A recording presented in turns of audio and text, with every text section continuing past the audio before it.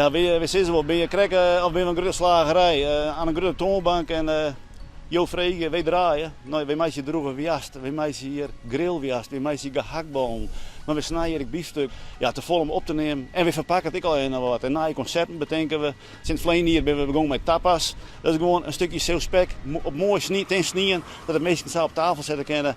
En zo gaan we nou 8 soorten producten. En nou, het einde is nog net in zicht. We gaan maar terug.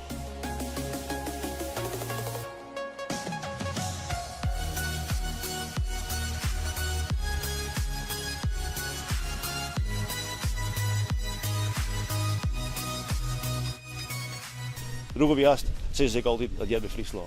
Ja. Ik denk dat het belangrijkste is dat je een stukje kwaliteit levert. Gewoon ambacht, wat er net in, hoe doen we er net in en een smaakvol product. Ja, en dat wordt waardeerd door de meesten, dat blijkt wel, vooral in Friesland, maar ik, nou de boet en ik, we hebben een mooi stuk drukker als Vleen hier. Ik denk dat we 20% meer doen als Vleen hier.